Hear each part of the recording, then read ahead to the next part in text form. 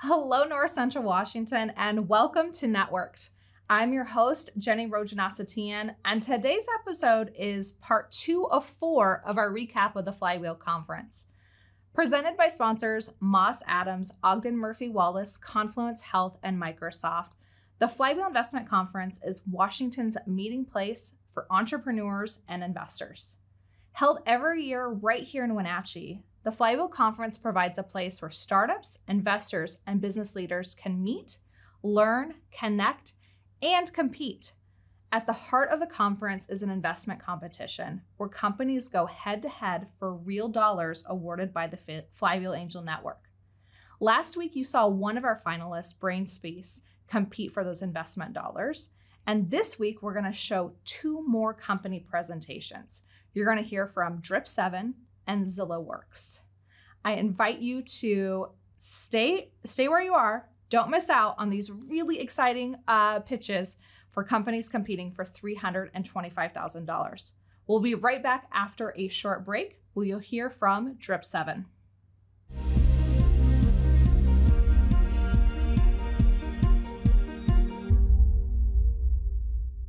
Welcome back from break. In this first segment, you're going to hear from Heather Stratford of Drip7.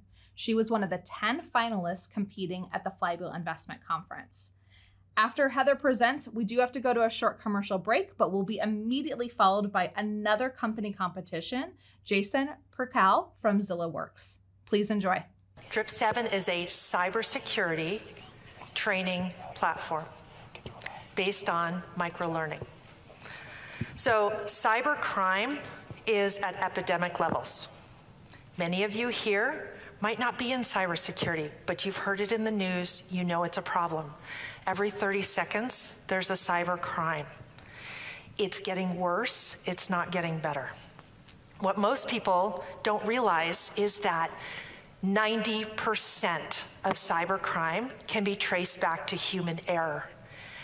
You can put all the firewall, all the dual factor authentication in place, and yet if you forget to work on the people side of the problem, you've missed most of the problem. So we are focusing on the people. As an expert in the cybersecurity field, pre-COVID, I was working with a large hospital system, and their chief information security officer asked me, "Hey, Heather, give me something to change behavior for my employees. I've got to reduce our risk." I gave him one product. I gave him another product. He says, "No, this one doesn't work. No, that one's not good enough." I looked at him and I said, "There's nothing better in the market." And then I turned the question around and I said, "What do you need?" And he started telling me, I need this, I need behavior change. I brought in my tech team, we scoped a product. I said to him, "I want to build this." And he looked at me and he said, "We'll help get you started."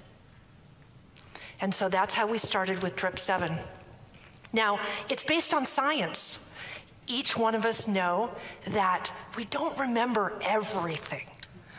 The science is based on the Ebbinghaus forgetting curve, which is 100 years old, and a lot of science has been built upon it. And that is, if each of us was in a training for an hour, we walk out of that training, and 20 minutes later, we can remember less than 50% of that content. If we go out a full month away, 30 days, we can remember less than 20%. And that is if we are actually paying attention to begin with, right? So what's the difference? What can change this? It's reinforcement of that material. You can't hear something once a year and expect to remember it and use it. So that's how we got our name. Drip7.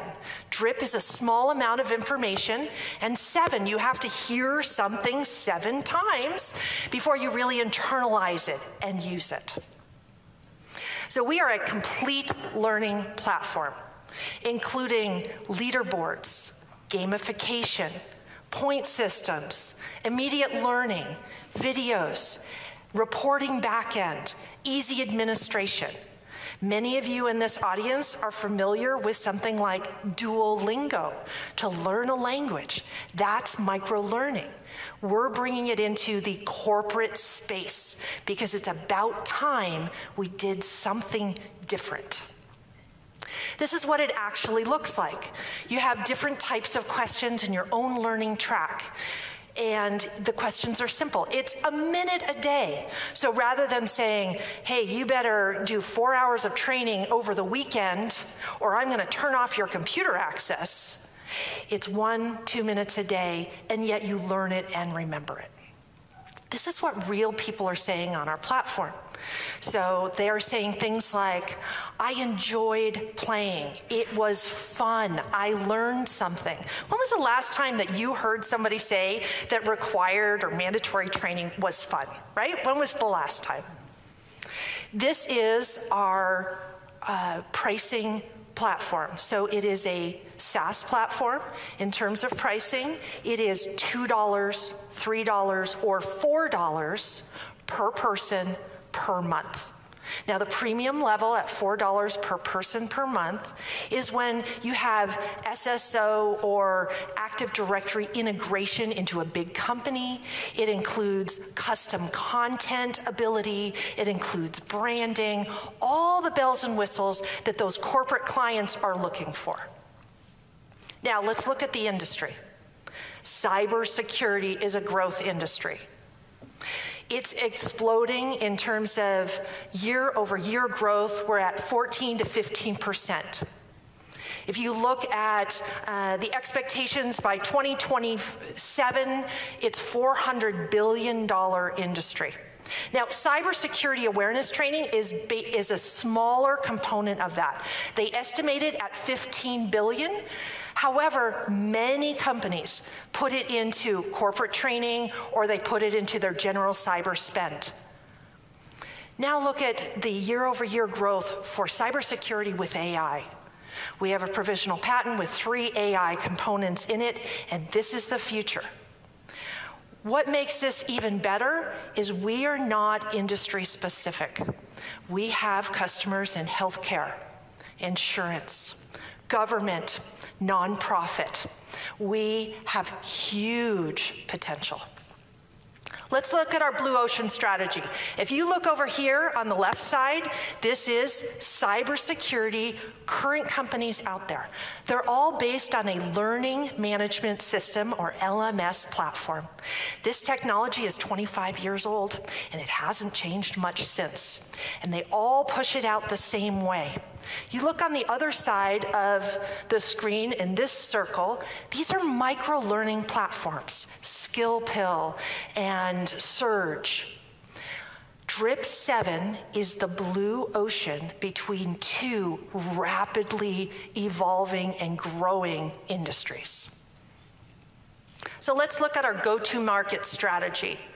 We sell direct.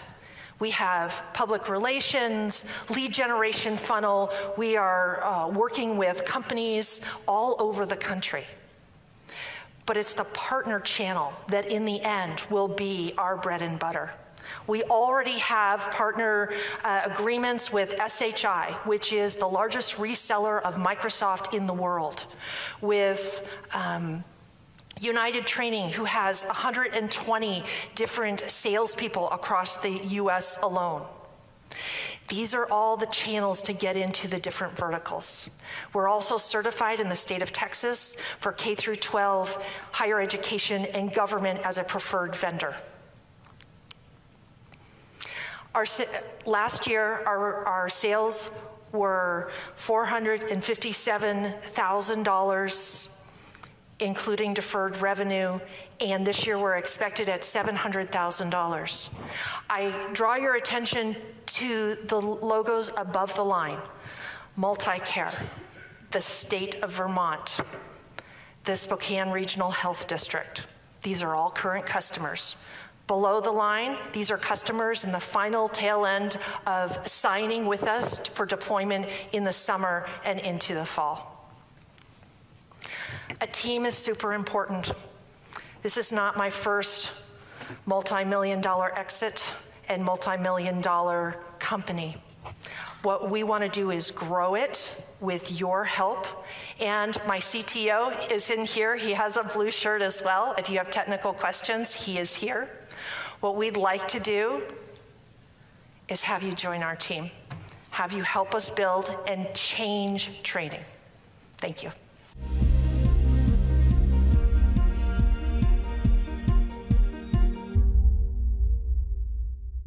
At ZillaWorks, we're developing a new industrial bioplastic.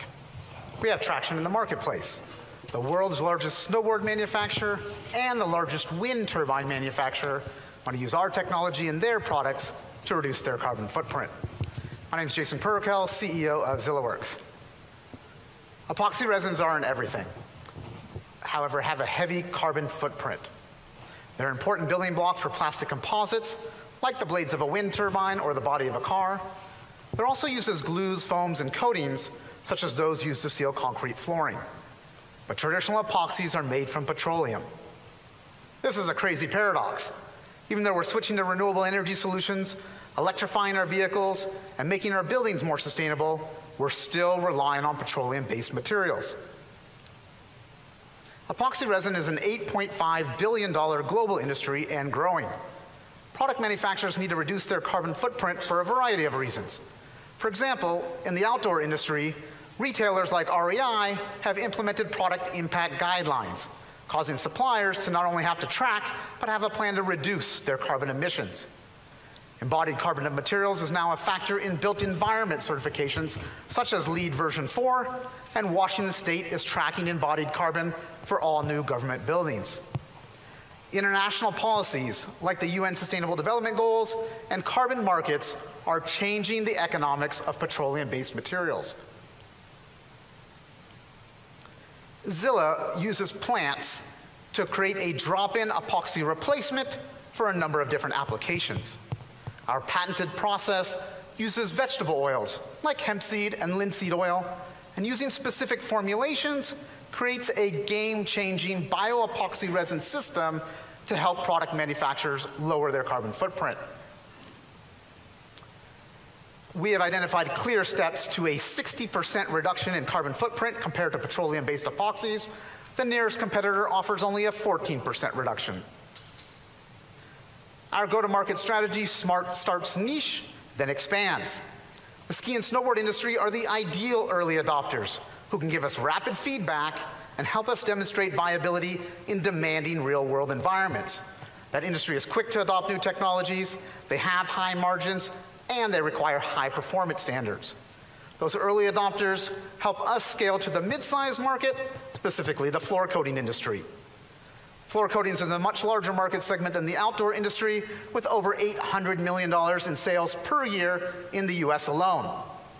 Serving those mid-sized customers helps us to increase our production capacity to reach larger market segments, global manufacturers in sustainable energy production and transportation. We have a number of companies across several market segments who are waiting for samples of our bioepoxy resin. However, over the next year, Zilla is focused on getting to revenue in the outdoor and floor coating industries. We passed prototype testing with Burton, and we're gathering on-snow testing data with Burton and other ski manufacturers right now. We're under MOU with Burton for a 100 snowboard paid pilot with resin delivery expected by the end of June. We anticipate Burton placing their first purchase order for enough resin for 10,000 snowboards and then increasing from there. We'll also be delivering samples and setting up paid pilots with a number of other outdoor manufacturers. We have a direct pipeline in this industry greater than $30 million. For the floor coating market, Zilla just received a grant to formulate our bioresin for concrete floors and complete a demonstration project with certifications in the built environment. We have 2 German companies interested in our bioresin. Evonik is testing a sample right now. We're under conversations with the Heritage Group out of Indianapolis to set up paid pilots, and we're well connected to the green building community here in Washington State. Vestas, the world's largest wind turbine manufacturer, consumes approximately 100,000 metric tons of epoxy resin per year, and they're actively seeking carbon reduction and end-of-life strategies for their wind turbines. Vestas recently selected ZillaWorks as a winner of their Call for Technology Challenge. Folks in the automotive industry are reaching out to us with a 3 to 5 year time frame for adoption of biomaterials. We have a lean and flexible business model to keep our capital expenditures to a minimum. ZillaWorks purchases pressed seed oil from farmers in Alberta, where industrial hemp benefits from over 2 decades of maturity. We contract with a toll manufacturer to use our patented process to convert the seed oil to a bioepoxy resin. Our university partners formulate for specific applications, and we sell our resin system to our product partners as a drop-in solution. Our target cost of goods sold is $8 to $9 a kilogram, and we're anticipating selling our resin system for $15 a kilogram wholesale, on par with other bioepoxies currently on the market. At our core, we have multiple green chemistry technologies that cover the various aspects of the complex epoxy resin system. ZillaWorks holds the global exclusive license to 4 issued and 3 pending patents. We're well positioned for new IP, and in the last 5 months, we've been awarded $570,000 in grants for ongoing R&D. We have a strong leadership team to meet the challenges of commercializing this disruptive innovation.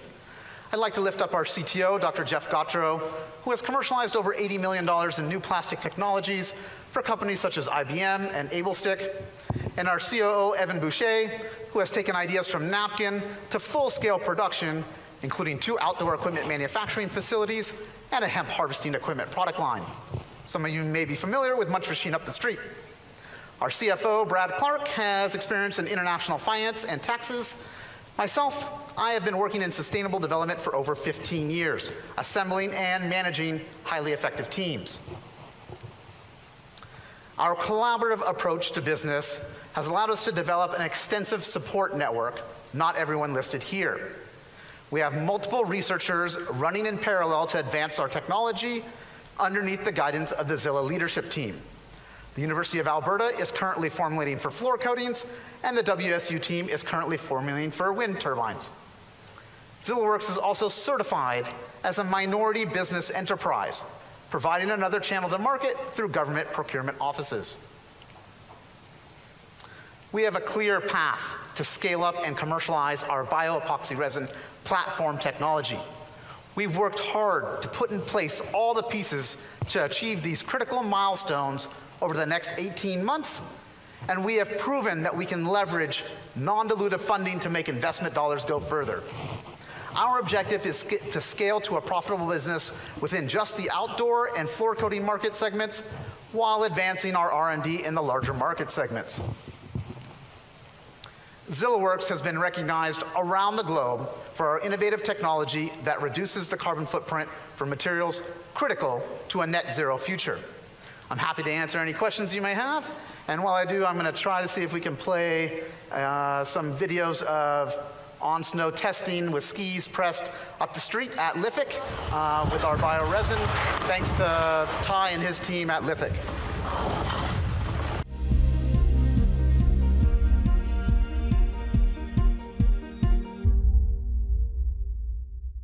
ZillaWorks, Drip7, such exciting companies. It is already public who has won the investment competition, as we held this event a couple months ago.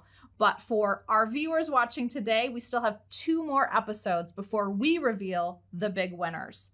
If you want to learn more about the FlyWheel Conference in the meantime, you can definitely check us out at flywheelconference.com. Again, the website is flywheelconference.com. I hope you enjoyed. Since 1999, NCW Tech Alliance has served as our regional hub for technology innovation. As a 501c3, their nonprofit mission is to connect people and technology resources to create a thriving community. You can network with the team and guests from today's show by visiting them at www.ncwtech.org.